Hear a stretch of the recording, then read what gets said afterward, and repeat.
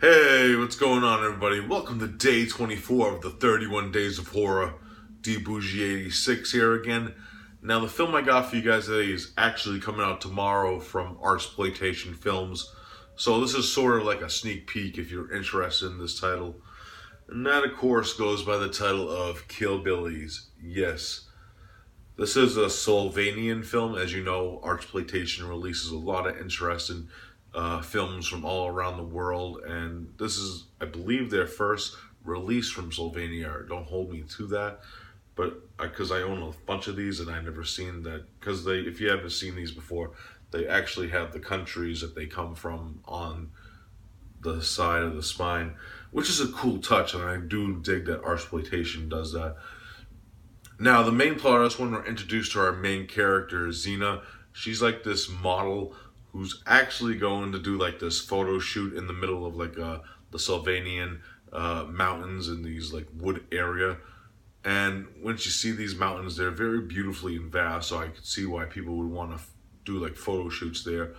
But unbeknownst to them, they actually run into these two hillbilly slash like mongoloid brothers who are very like deformed and stuff. One of them's on the cover of this release with his axe, and they are taken captured and tortured, and it's pretty much them trying to survive and get out of the situation and get away from these two.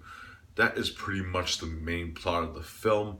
Well, going too into it now, my thoughts on this film. With these type of survivalistic films, it's very hard to keep them like fresh and new.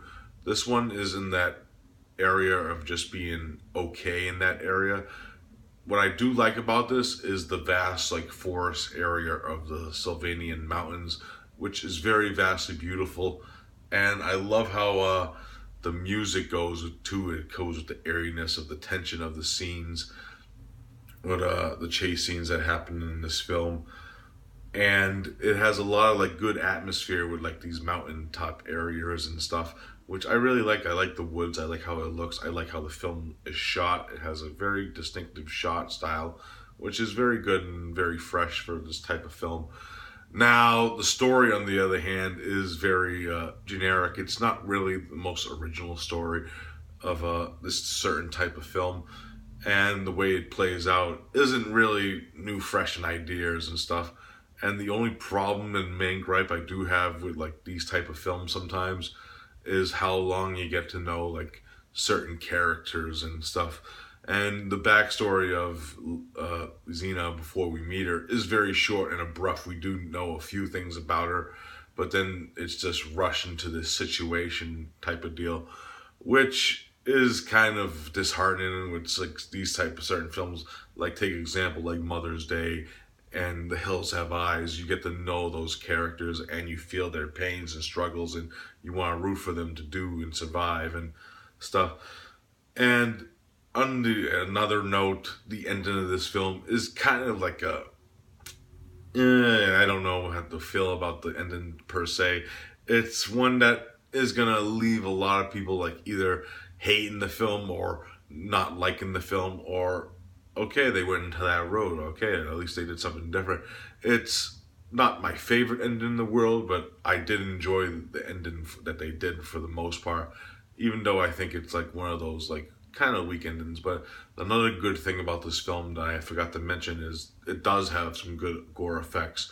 There's a few like decapitation scenes and blood spays and spattered, and a few other body part and dismemberments that happen in the middle of the film, which is pretty fucking awesome.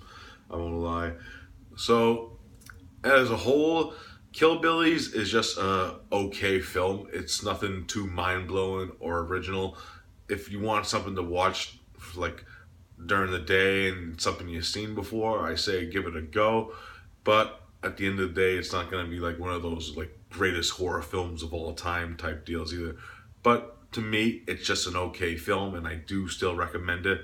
So I'm giving it a solid score of 6 out of 10. Still, like I said, like the more character development in certain aspects that I would have changed, it would have been a perfect film for me. But on the knowings, it's just a okay film. but still recommendable, and I do recommend this release. Although I am kind of saddened and stuff that there's actually no special features on this release. It just comes with like the standard Artsploitation trailers, and this is the type of film that I would like to like know more about, like the shooting and the making of and stuff, and getting to know the director more through that aspect of like special features. But they probably didn't have them, so I understand. But still kind of saddens me that there is no special features on this release. But it's still a cool film. If you want to check it out, check it out. So 6 out of 10, cool stuff. All right, guys, that's it for day 24. I'm losing count here on these. But as always, I'll be back tomorrow with another one, guys. So I'll see you then, guys. So see you then. Peace out.